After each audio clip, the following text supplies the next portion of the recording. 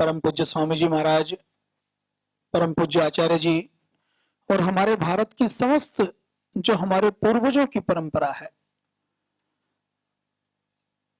उन सब हमारे पूर्वज ऋषि ऋषिकाओं को प्रणाम करते हुए आप दिल्ली राजस्थान से जो भाई आए हैं उन सबका अभिनंदन करते हुए पूज्य स्वामी परमार्थ देव जी महाराज के पावन नेतृत्व में राजस्थान में भाई समुद्र जी, हमारे भाई अरविंद जी से लेकर जितने भी भाई लगे हुए हैं, और दिल्ली में भाई पवन जी जिन्होंने आंदोलन के समय संगठन की शुरुआत में अपना तन मन धन और जीवन समर्पित किया। ऐसे बहुत से दिन आए जब दिल्ली में हमारे पास कोई स्थान नहीं था, तो हम भाई पवन जी के घर पे जाके रुकते थे। और जैसे देखिए, कोई भी चीज जब शुरू होती है तो बड़ी साधारण तरीके से होती है, तो वहीं घर में फोल्डिंग डाल के हम सो जाते थे जैसी व्यवस्थाएं होती थी।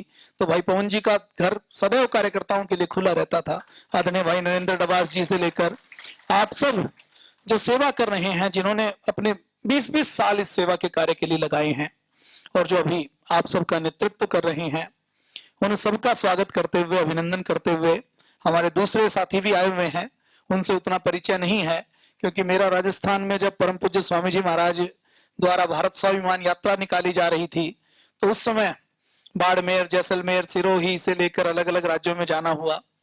दिल्ली में तो निरंतर जाना रहता है, निरंतर कोई ना कोई अपना कार्यक्रम रहता है, तो आंदोलन के समय दिल्ली में बहुत रहना हुआ।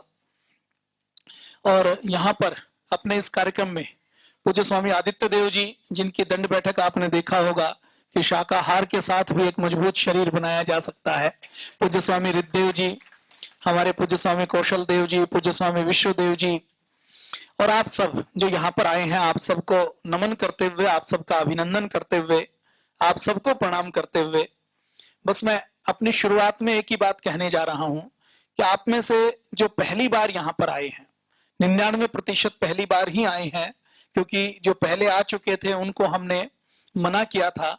तो आप एक ऐसी अच्छी जिम्मेदार संस्था के साथ जुड़ रहे हैं जो आपके इस जीवन को और आने वाले जीवन को भी बदलने वाली है, परिवर्तन करने वाली है।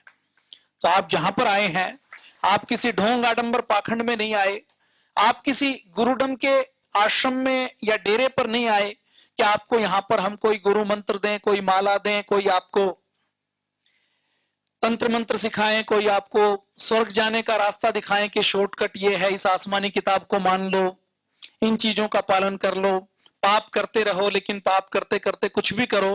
तो आप एक ऐसी विश्वव्यापी सार्वभौमिक और वैज्ञानिक संस्था के साथ जुड़े हैं जो वैज्ञानिक मापदंडों के ऊपर, जो सार्वभौमिक वैज्ञानिक सत्य हैं, केवल उनको मानने का काम करती है, और जो सामाजिक, आध्यात्मिक, सांस्कृतिक क्षेत्र में विश्व की सबसे बड़ी संस्था है। तो आज जो मुझे आदेश हुआ है पूज्य स्वामी परमार्थ देव जी महाराज का, जो उत्तर पूर्वी भारत का बहुत दक्षता के साथ नेतृत्व कर रहे हैं, और पूज्य स्वामी जी महाराज भी कोई पैराशूट से नहीं आए। कई बार आपको लगता होगा फतेहपुर जिले में जहां पूज्य स्वामी जी महाराज का जन्म हुआ, पूज्य स्वामी परमार्थ देव जी महाराज जो अभी तक मंच पर थे, तो वहां 250 लोगों की बड़ी योग की कक्षा लगाते थे फतेहपुर में डीएम ऑफिस के बाहर। और पूज्य स्वामी जी के साथ जब हमने गांव-गांव जाना था तो 2009-10 में हम कई गांवों में साइकिल के ऊपर गए हैं, तो आप अंदाजा लगा लीजिए। कई गांवों में जब गांव-गांव हमें जाना था तो साइकिल के ऊपर मैं और स्वामी जी गए हैं दोनों। तो संगठन की पूज्य स्वामी जी सेवा कर रहे हैं, नेतृत्व कर रहे हैं, वेद दर्शन उपनिषद सबकी पढ़ाई की है, और एक विद्वान सन्यासी के रूप में बहुत आदर्श अपना जीवन के, अपने जीवन में मुझे अपने लिए नहीं जीना, अब देश और समाज के लिए जीवन जीना है, उस भाव के साथ आप सबका नेतृत्व कर रहे हैं। तो एक बार पूज्य स्वामी जी का बहुत बहुत अभिनंदन, एक बार जोरदार करतल ध्वनि के साथ उनका स्वागत। जो मुझे आज आदेश और निर्देश हुआ है वो हुआ है संस्था के बारे में बताने का। कई बार जब आपके सामने पतंजलि की बात आए तो आप कई बार सोचते होंगे कि पतंजलि का नाम योग, पतंजलि मतलब परम पूज्य स्वामी जी, पूज्य आचार्य जी, पतंजलि मतलब योग, पतंजलि मतलब आयुर्वेद, पतंजलि के जो बिस्किट प्रयोग करते हैं उनके लिए पतंजलि का मतलब बिस्किट भी हो सकता है। पतंजलि से जो परिचित नहीं है उनको जब टीवी के ऊपर दिखाई देता है तो उनको यह दिखाई देता होगा पतंजलि का मतलब सुप्रीम कोर्ट में जिनके खिलाफ केस चल रहा है, सुप्रीम कोर्ट में जिनके प्रोडक्ट के ऊपर बैन लगाया गया, ये खबर आपको मिली होगी ना कि 14 दवाइयों पर बैन लगाया, वो सैंपल फेल हो गया, ये सैंपल फेल हो गया, इतने करोड़ का जुर्माना लगा दिया गया, दंत मंजन के अंदर हड्डी मिली, कुछ ना कुछ आप सुनते होंगे ना लगातार। पूज्य स्वामी जी ने घुटने का ऑपरेशन करवाया, हार्ट का ऑपरेशन हुआ, कुछ ना कुछ आपने सुना होगा। तो हर व्यक्ति के लिए पतंजलि का अर्थ अलग अलग है। आज इस सत्र के बाद आपको पतंजलि का सही अर्थ समझना है कि पतंजलि है क्या, पतंजलि योगपीठ क्या है, परम पूज्य स्वामी जी क्या है, पूज्य आचार्य जी क्या है, हमारा लक्ष्य क्या है, हमारा उद्देश्य क्या है, हम क्या करना चाहते हैं, कहां से हमारा शुभारंभ हुआ, हमारा काम करने का तरीका क्या है, ये सब आपको स्पष्ट हो तभी आप एक आदर्श कार्यकर्ता बन पाएंगे। लोग आपको जब सवाल देंगे, अभी देखिए आप इस शिविर में आए हैं, आपके जो प्रश्न हो उन सब का उत्तर देंगे। आप जो नेगेटिव से नेगेटिव सोच सकते हैं, जो नेगेटिव से नेगेटिव आप प्रश्न कर सकते हैं, या आपसे कोई दूसरा प्रश्न कर सकता है, उसको आप समूह में पूछना चाहें तो समूह में पूछें, नहीं तो व्यक्तिगत आप पूज्य स्वामी जी महाराज से पूछ सकते हैं, आपको उसका उत्तर दे दिया जाएगा। और एक बार आपको जब उत्तर मिल जाए तो आपको अपने संगठन के प्रति, अपने विचार के प्रति, अपने संस्था के प्रति और अपने गुरु के प्रति पूर्ण दृढ़ता रखनी है। मैं कट्टरता शब्द का प्रयोग नहीं किया, दृढ़ता शब्द का प्रयोग किया। कट्टरता तो किसी भी विषय में हो सकती है, लेकिन दृढ़ता सदैव वैज्ञानिक वैचारिक विचारधारा के स्तर पर जो ठीक बात हो उन्हीं मूल्यों के प्रति हो सकती है, तो आपको उसका पालन करना है। हमारी ये जो पतंजलि अभी आपको दिखाई दे रही है, इसकी शुरुआत किसी गुरु की गद्दी से नहीं हुई। परम पूज्य स्वामी जी महाराज को कोई विरासत में धन संपत्ति नहीं मिली, जैसे अनंत अंबानी को पिताजी की संपत्ति मिल गई, रतन टाटा का जो ट्रस्ट या कंपनी का ग्रुप है, उस ग्रुप की शुरुआत उनके परदादा ने की थी, वहां से उनको बनी बनाई कंपनियां मिल गई। तो पूज्य स्वामी जी महाराज की जो शुरुआत हुई, पतंजलि की जो शुरुआत हुई, वो किसी गुरु की गद्दी से या गुरु के आश्रम से नहीं हुई, किसी मठ से नहीं हुई, किसी बड़ी कंपनी से नहीं हुई, किसी बड़ी गद्दी से नहीं हुई, कोई पूर्वजों की संपत्ति या संसाधन पूज्य स्वामी जी और पूज्य आचार्य जी को नहीं मिले। परम पूज्य स्वामी जी महाराज और पूज्य आचार्य जी का जन्म हुआ एक साधारण किसान परिवार में, ऐसे परिवार और ऐसे गांव में जहां पर सड़क नहीं, जहां पर रेलगाड़ी नहीं, जहां पर पहनने के लिए कई जोड़ी कपड़े नहीं। आप में से, हम में से जिन लोगों का बचपन गांव में बीता हो वो जानते हैं कि एक निक्कर या एक ही पजामा पहनने को होता था। कहीं रिश्तेदारी में 2 4 5 साल में जाते थे तो जाके दूसरा जोड़ी कुर्ता पजामा या पैंट शर्ट या निक्कर या टी शर्ट शर्ट मिलती थी। ऐसी जगह जहां चप्पल जूता तो भूल ही जाइए, जूता पहनने की तो कोई परंपरा होती ही नहीं थी सर्दियों के अंदर भी। तो पूज्य स्वामी जी महाराज का जहां जन्म हुआ वहां पर केवल चप्पल पहनी जाती थी, और चप्पल भी जब निकल जाती थी तो उसको डाल लेते थे। ये तो हमने भी किया है बचपन में। तो टायर की भी चप्पल काट के बना लेते थे कि टायर घिसता कम है तो चलो टायर की चप्पल बना ली। तो ऐसे साधारण किसान परिवार में परम पूज्य स्वामी जी महाराज का जन्म हुआ। बचपन में पूज्य स्वामी जी महाराज के जीवन में गांव में एक आर्य समाज के सन्यासी स्वामी सोमदेव जी महाराज आए। पूज्य स्वामी सोमदेव जी महाराज ने जब देखा, उन्होंने व्याख्यान दिया, सत्यार्थ प्रकाश के बारे में बताया, थोड़ा वेद दर्शन उपनिषद के बारे में, वैदिक संस्कृति के बारे में बताया, तो पूज्य स्वामी जी महाराज ने संकल्प लिया कि मुझे मैकाले की शिक्षा पद्धति से नहीं पढ़ाई करनी और मुझे तो गुरुकुल की शिक्षा पद्धति से पढ़ाई करनी है। तो अपनी 4वीं 5वीं की पढ़ाई के बाद पूज्य स्वामी जी महाराज का यह संकल्प हुआ और वो गुरुकुल की तलाश में निकल पड़े। घर छोड़कर निकल गए, घर वाले कहीं भेजने के लिए तैयार नहीं थे। तो पूज्य स्वामी जी महाराज घर से किराया भाड़ा लेकर निकल पड़े कि मुझे तो गुरुकुल की तलाश करनी है और गुरुकुल में पढ़ना है। और पूज्य स्वामी जी महाराज कई गुरुकुलों में गए। पहले गुरुकुल में गए तो उन्होंने कहा कि आपकी तो दाढ़ी मूछ छोटी छोटी आई है, हम तो जो बड़े बच्चे हैं जिनकी पूरी दाढ़ी मूछ आ गई वहां उन्हीं को पढ़ाई करवाते हैं। दूसरे गुरुकुल में गए तो उन्होंने कहा कि आपकी तो अभी दाढ़ी मूछ थोड़ी थोड़ी आनी शुरू हो गई है, हम तो बिल्कुल छोटे बच्चों को लेते हैं जिनकी बिल्कुल नहीं आई हो। तो ऐसी विपरीत परिस्थितियों में पूज्य स्वामी जी और पूज्य आचार्य जी गुरुकुल खानपुर में पहुंचे और वहां पर पूज्य आचार्य प्रद्युमन जी के पावन सानिध्य में विद्याध्ययन शुरू किया। और विद्याध्ययन जब शुरू किया तो कोई किसी भी प्रकार की सुविधाएं नहीं, बस आश्रम के अंदर खुद झाड़ू निकालनी, खुद गाय का गोबर उठाना, सुबह से लेकर शाम तक पढ़ाई और काम करना।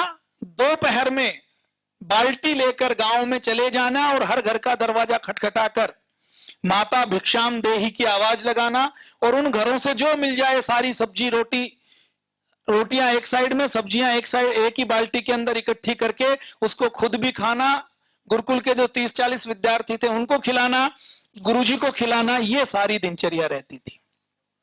रात को सोने के लिए एक ही कमरा, उस कमरे में तख्त की व्यवस्था, गुरुजी भी वहीं सो रहे हैं, शिष्य भी वहीं सो रहे हैं, और ओढ़ने के लिए कोई रजाई नहीं, जो अपना कटी वस्त्र ऊपर और नीचे का है उसी कटी वस्त्र को ओढ़कर तपस्या का अभ्यास करना। ऐसी विपरीत परिस्थितियों में परम पूज्य स्वामी जी महाराज ने गुरुकुलीय शिक्षा दीक्षा को ग्रहण करना प्रारंभ किया। गुरुकुल खानपुर में आए। खानपुर में आने के बाद, खानपुर की पढ़ाई करने के बाद गुरुकुल कालवा में, जींद जिले में, हरियाणा में पूज्य आचार्य बलदेव जी महाराज के पास पहुंचे, और पूज्य आचार्य बलदेव जी महाराज के पावन सानिध्य में पूज्य स्वामी जी और पूज्य आचार्य जी ने अन्य शास्त्रों का, दर्शनों का अध्ययन किया और आचार्य की उपाधि प्राप्त की है। जो एग्जाम लेने की परंपरा है ये तो विदेशी परंपरा है, अपने यहाँ तो गुरु ज्ञान देता था, और जब गुरु को लगता था कि शिष्य योग्य हो गया तो गुरु उसको उपाधि और आशीर्वाद प्रदान करते थे। तो ऐसे एमए के बराबर जिनको बोला जाता है, ऐसे आचार्य की उपाधि परम पूज्य स्वामी जी महाराज पूज्य आचार्य जी ने प्राप्त की। उसके बाद पूज्य स्वामी जी महाराज और पूज्य आचार्य जी ने सोचा कि हमें तो साधना करनी है, तो गंगोत्री में आ गए। गंगोत्री की गुफाओं में कई वर्षों तक रहे, वहां पर साधना करते रहे। एक छोटी सी गुफा में पत्तों का बिस्तर बनाकर वहां पर सोते थे। एक समय भोजन उबालकर, खिचड़ी दलिया बनाकर या कुछ फलाहार करके थोड़ा कम से कम समय नष्ट करके 18 घंटे 20 घंटे अपनी साधना करते थे। तो गुफा के अंदर रहना शुरू किया।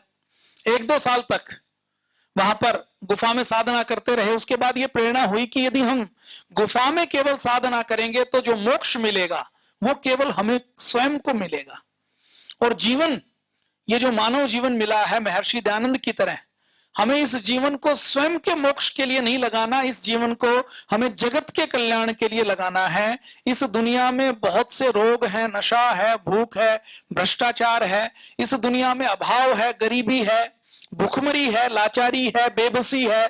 हमें इन चीजों का विरोध करके इन क्षेत्रों में सेवा का काम करना है। हमें केवल अपनी मुक्ति नहीं करवानी, अपितु देश के करोड़ों लोगों की मुक्ति का रास्ता खोजना है। इस उद्देश्य के साथ पूज्य स्वामी जी और पूज्य आचार्य जी गंगोत्री को छोड़कर नीचे हरिद्वार में आए। 1992-93 के आसपास जब पूज्य स्वामी जी महाराज हरिद्वार में आए तो हरिद्वार में जो चंडी पुल के नीचे जहां गरीब बस्तियां हैं वहां पर सफाई अभियान चलाया, नशा मुक्ति अभियान चलाया, रोग मुक्ति अभियान चलाया, दवाइयां बांटनी शुरू की, आयुर्वेद का जो ज्ञान था उससे लोगों के लिए की सेवा के अलग अलग काम करने शुरू किए। असम में बाढ़ आती थी तो बाढ़ के समय असम पहुंच जाते थे, असम के उदालगिरी जिले में, वहां पर योग का कैंप लगाते थे, आयुर्वेद का कैंप लगाते थे। यहां से जड़ी बूटियां लेकर वहां लेकर जाते थे और वहां जड़ी बूटियों को लोगों को वितरित करते थे। उस समय जब पूज्य आचार्य जी और पूज्य स्वामी जी महाराज सेवा करते थे तो सेवा करते करते कोई संसाधन नहीं थे। दिल्ली के जो 2-4 लोग परिचित थे उनसे यज्ञ आदि करवा के जो दक्षिणा मिलती थी उसकी दवाइयां खरीदते थे, और उन दवाइयों को ट्रेन के जनरल डिब्बे में, ट्रेन के फर्श के ऊपर बैठकर उनको लेकर असम में दूर दराज के क्षेत्रों में सेवा करने का काम करते थे। तो ये हमारे गुरुओं का इतिहास है, ये हमारे संगठन का, ये हमारी संस्था का इतिहास है। ये सेवा कार्य करते करते हरिद्वार में एक बहुत पुराना आश्रम होता था, कृपालु देव आश्रम। हरिद्वार में आज से 100 साल पहले जब गुरुकुल कांगड़ी बना, 1920 में गुरुकुल कांगड़ी बना, उससे पहले जब वो कोई हरिद्वार में बड़ी संस्था नहीं थी, केवल मठ, अखाड़े और मंदिर थे, उस समय एक संत होते थे गुरुदेव कृपालु देव जी महाराज। तो गुरुदेव कृपालु देव जी महाराज एक आध्यात्मिक विभूति थे और क्रांतिकारी संत थे। उस समय उनका विजन बहुत बड़ा था। उन्होंने दिव्य गंगा के किनारे उस समय कृपालु देव आश्रम के नाम से एक छोटा सा आश्रम बनाया था।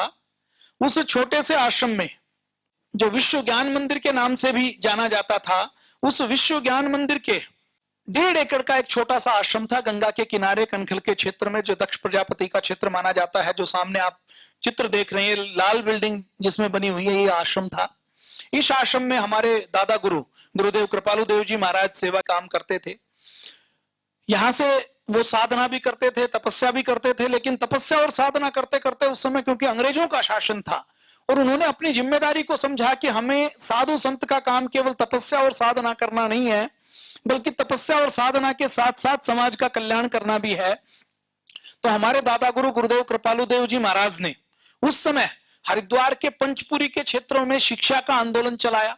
अपने पैसे से, दान के पैसे से टीचर्स को सैलरी के ऊपर रखा, आचार्यों को, और वो गांव में जाकर गांव के किसी पीपल के, किसी बड़ के पेड़ के नीचे विद्यालय चलाने का काम किया। ऐसे कई गांवों में किया। उस समय अंग्रेजों का राज था। अंग्रेजों के राज के समय हमारे दादा गुरु ने, अंग्रेजों के राज के समय भी कुंभ लगता था, तो कुंभ के क्षेत्र में मांस और मदिरा भी बिकता था। तो हमारे दादा गुरु ने अपने दूसरे संतों के साथ आंदोलन चलाया और उस समय यह नियम बनवाया कि कुंभ के क्षेत्र में, कनखल के क्षेत्र में और हरिद्वार के हर की पैड़ी के क्षेत्र में कोई शराब की दुकान नहीं होगी और कोई मीट की दुकान नहीं होगी। आज भी नहीं है। ज्वालापुर में आपको शराब मिलेगी, रायवाला में शराब मिलेगी, लेकिन कनखल और हर की पैड़ी के आसपास के क्षेत्र में कोई शराब की, अंडे की या किसी भी प्रकार की नॉनवेज की, मांस मदिरा की दुकान नहीं हो सकती। हमारे दादा गुरु उस समय बड़े क्रांतिकारी थे। उनका क्रांतिकारियों के साथ संपर्क था। लोकमान्य तिलक के साथ, रास बिहारी बोस के साथ उनका संपर्क था, महात्मा गांधी के साथ उनका संपर्क था, उनसे मिलते जुलते रहते थे। 1910 में जब दिल्ली में वायसराय के ऊपर बम फेंका गया, दिल्ली में दिल्ली दरबार सजा था और दिल्ली दरबार के समय क्रांतिकारियों ने सोचा था कि देश का हर राजा अंग्रेजों के दरबार में जाकर, अंग्रेज ऊंचे सिंहासन पर बैठे हैं और वो दरबार में जाकर सिर झुकाकर अपना नजराना पेश करके भारत की गुलामी को और मजबूत कर रहे हैं, तो इसके ऊपर हमें आक्रमण करना पड़ेगा, तभी देश जागेगा। तो रास बिहारी बोस ने उस समय 2 और क्रांतिकारियों के साथ, अंग्रेजों के बड़े अधिकारी जब हाथी के ऊपर बैठकर जुलूस निकाल रहे थे तो दिल्ली में बम फेंका था। और जब बम फेंका था तो वो गलती से, अंग्रेजों का अधिकारी तो बच गया लेकिन होदा टूट गया, महावत मारा गया।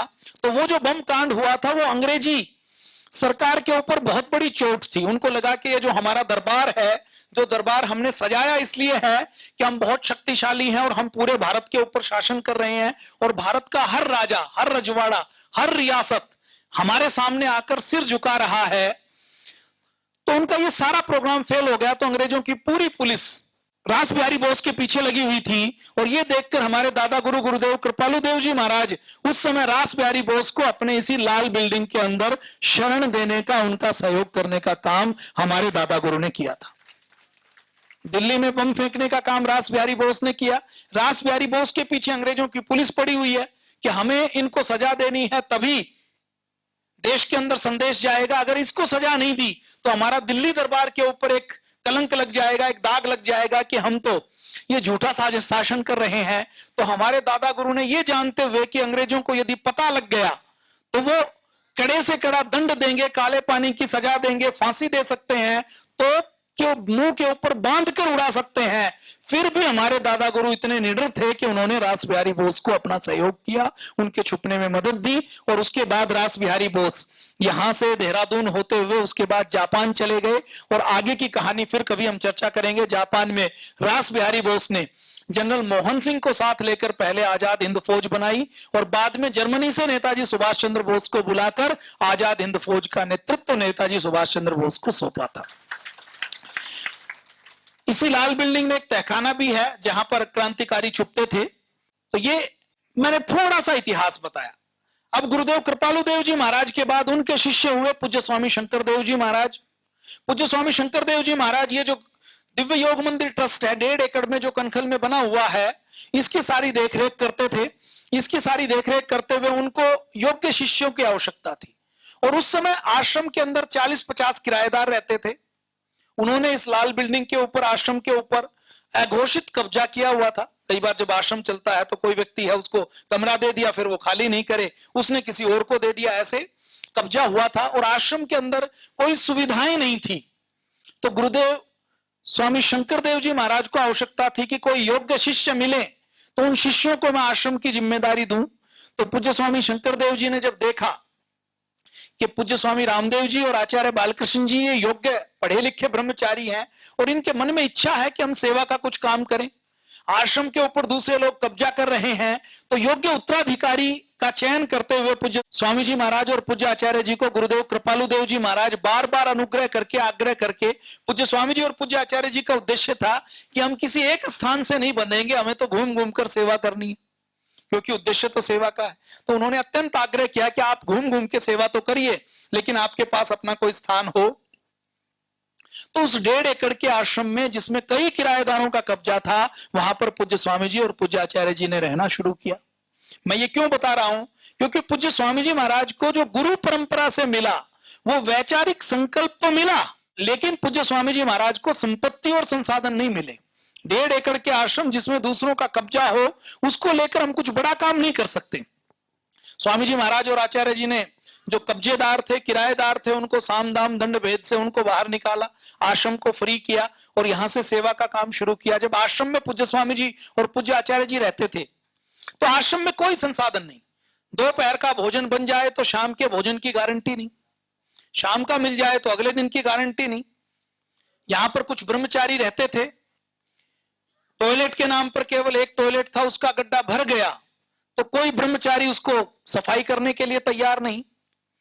आश्रम में इतने पैसे नहीं कि उसको दूसरों की लेबर बुलाकर हम सफाई करवा लें, तो पूज्य स्वामी जी महाराज ने खुद अपने हाथों से टॉयलेट के गड्ढे की सफाई की है। खुद यहां पर मेहनत करते हुए यज्ञ आदि से जो पैसे मिलते थे उससे किसी के यहां पुरोहित बनकर गए, यज्ञ ब्रह्म बनकर गए, उससे रोज आश्रम में यज्ञ करना और व्यवस्थाओं का संचालन करना। मेरा कहने का तात्पर्य यह है कि शून्य और संकल्प के बल पर भी बहुत बड़ा सृजन हो सकता है। इसका लाइव एग्जाम्पल यदि कोई है तो वो पतंजलि योगपीठ और परम पूज्य स्वामी जी महाराज हैं। मैंने आपको ये हिस्ट्री इतनी क्यों बताई, इसलिए बताई कि आपको पता लगे कि संघर्ष किस प्रकार का होता है। तो सबसे पहला 1995 में हमारा पहला ट्रस्ट बनाया गया, दिव्य योग मंदिर ट्रस्ट। लिख लीजिए, आपसे पूछा जा सकता है हमारा सबसे पहला ट्रस्ट कौन सा बनाया गया। जब परम पूज्य स्वामी जी महाराज और पूज्य आचार्य जी ने काम करना शुरू किया और काम करना शुरू करते करते परम पूज्य स्वामी जी और पूज्य आचार्य जी ने दवाइयां देनी शुरू की। पूज्य आचार्य जी यहाँ पर ओपीडी में बैठते थे, पूज्य स्वामी जी रोगियों से मिलना शुरू हुआ तो यहाँ पर लाइन लगनी शुरू हुई। नहर के किनारे 1-1 किलोमीटर लंबी लाइन लगती थी। रात भर पूज्य स्वामी जी पूज्य आचार्य जी खरड़ कर करके, घुटाई कर करके दवाइयां बनाते थे और दवाइयां बनाकर जो लोग आते थे उनको पुड़िया बनाकर दवाई देते थे, निःशुल्क उनको देखते थे। और जब दवाई से, योग से लोगों को लाभ होना शुरू हुआ तो माउथ पब्लिसिटी शुरू हुई, तो हजारों की संख्या में प्रतिदिन रोगी आने लगे, मार्गदर्शन देने के लिए लंबी लाइन लगने लगी। और हाथ से जो पूज्य स्वामी जी पूज्य आचार्य जी दवाइयां बनाते थे उसमें यह लगा कि हाथ से अब दवाइयां बनाना संभव नहीं है, तो इसके लिए कुछ बड़ी योजना बनानी पड़ेगी। जब पूज्य स्वामी जी और पूज्य आचार्य जी दवाइयां बनाते थे तो कुछ दवाइयां तो खुद बनाकर दे देते थे, लेकिन आयुर्वेद के अंदर सारी बीमारियों के उपचार की दवाएं तो थोड़े समय में नहीं बनाई जा सकती, सीमित स्थान पर नहीं बनाई जा सकती। तो कुछ दवाइयां वो दूसरी कंपनियों की लिखते थे कि आप बाजार में आपको मिल जाएगी, किसी दूसरी आयुर्वेदिक फार्मेसी की, डाबर की, झंडू की, हिमालय की, बैद्यनाथ की, उनकी ले लीजिए। लेकिन जब बाहर की दवाइयां लिखते थे तो उन दवाइयों का जो निर्माण करने वाली कंपनियां थी उनका उद्देश्य आयुर्वेद के माध्यम से सेवा करना नहीं था। उनका उद्देश्य तो यह था कि आयुर्वेद के माध्यम से हमें प्रॉफिट ज्यादा से ज्यादा कितना हो, ऐसी दवाइयां वो बनाते थे। और ऐसी दवाइयां जिसमें जो लाभदायक चीजें हैं, जड़ी बूटियां हैं, वो तो कम डाली जाती थी और लाभदायक जो कम जड़ी बूटियां हैं वो ज्यादा डाली जाती थी। तो पूज्य स्वामी जी और पूज्य आचार्य जी ने जब देखा कि इन आयुर्वेद की दवाओं का लाभ नहीं उठ रहा तो उन्होंने ये सोचा कि आयुर्वेद की दवाएं भी हमें अपने आप से बनानी पड़ेंगी।